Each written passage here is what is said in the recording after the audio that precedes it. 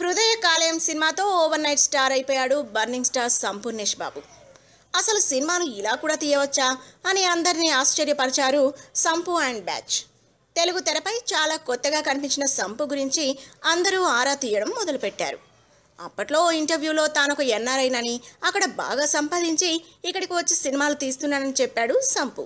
అయితే అదంతా అబద్ధం. తాజాగా ఓ యూట్యూబ్ ఛానల్కి ఇచ్చిన ఇంటర్వ్యూలో తన గురించి నిజాలను వెల్లడించాడు సంపు. తన అసలు పేరు నరసింహాచారి అని, సినిమాల్లోకి రాకముందు సిద్దిపేటలోని బంగారం షాప్లో పనిచేసేవాన్నని చెప్పాడు.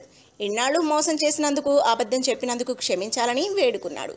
ఓ చెత్త హీరోతో ఓ చెత్త సినిమా తీయాలనే కాన్సెప్ట్తో హృదయ కాలేయం సినిమా చేసినట్టు చెప్పాడు. తాను ఇప్పటికీ సిద్దిపేటలోనే ఉంటానని, షూటింగ్లు ఉన్నప్పుడు హైదరాబాద్ వస్తుంటానని తెలిపాడు. సినిమాల్లో స్థిరపడిన తర్వాత కూడా చాలాసార్లు మొహానికి రుమాలు కట్టుకుని ఆర్టీసీ బస్సులో హైదరాబాద్ వచ్చానని చెప్పాడు సంపూర్ణేష్ బాబు. ఊర్లో ఉంటే ఇప్పటికీ సైకిల్ మీద తిరుగుతానని, సైకిల్ మీద మంచినీళ్ళు తెచ్చుకుంటానని, పిల్లలను కూడా సైకిల్ మీదే స్కూల్కు తీసుకెళ్తానని చెప్పాడు.